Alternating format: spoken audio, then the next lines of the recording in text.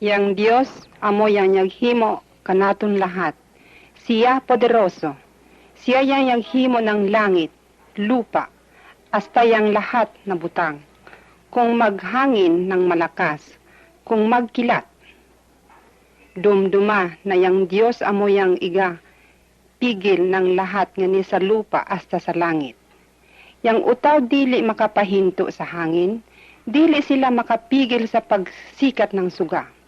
Yang utaw maglaong, ako malakas. Pero antes mo matigaman, siya yag ka sakit da, itapos patay. Dili niya mapigilan niyang kanya. Pag-isip, isigi himuo niyang dili niya gusto. Pero yang Diyos, naway katapusan, pigahimo yang kaniya gusto, inungka maglain ng patasan. Yang pigapanata niya, pigatupad niya. Sa una-una, yang Diyos ihimo yang kanya mismo imahen. Imahan niya yang usog hasta bubay na ihimo niya. Ilaom niya na dili sila magkaan ng bunga ng isa kakahoy. Kay laong niya na kung magkaan sila, mamatay sila. Gusto ng Diyos na mabuhi sila, mapakailanman, pero yang kontra ng utaw, yang demonyo, anida sa kalibutan. Yaglaong siya, dili ka talaga mamatay. Yang demonyo, bakakon, imaskin doon, pigahino niya yang paagi na para dili magpaniwala yung utaw sa Biblia. Yang usog pati yang bubay, yang paniwala sa demonyo.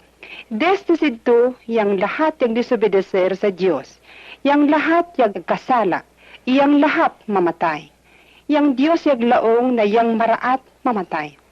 Pero yung Diyos pigamahal yang lahat. Gusto niya na kita maghuya sa maganda niya na bahay sa langit. Kitigaman niya na kita igapasingod sa infierno. Kay sa langit way makapasok na maraat. Yang mga usog hasta yung mga bubay, pigakailangan na alisun niyang maraat sa kanila kasing-kasing, imag-agwanta sa kastigo. Yang Diyos mismo yag kani, siya yaging utaw. Singud sini, yatawag siya ng anak ng Diyos. Siya malinis, wala siya makasala. Yagtambal siya ng mga masakiton. Ipakaan niya yang gutom. Yaghimo ng mga milagro na yang Diyos lang makahimo. Ibugaw niya yang mga demonyo sa mga utaw.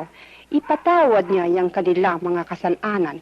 Ipigil niya yang bagyo. Iibuhi niya yang patay. Pero yang mga maraat, masama yang pagdala kanya. Ibuno siya.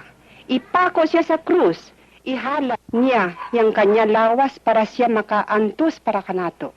Ilubong siya pero kay siya mismo Diyos, yabuhi siya ng yakatatlo kaadlaw. Wa kadugay, yagbalik siya sa langit. Doon, kung kita magpaniwala kang Hesukristo, yang anak ng Diyos, kita maligtas sa kanatong mga kasalanan. Dawaton siya na kamo mangluluwas. Para pagkatay mo, makapalangit ka imaski kailanman, adto ka makahuya sa Diyos. Yang pigalaong ng Diyos, pigatuman niya.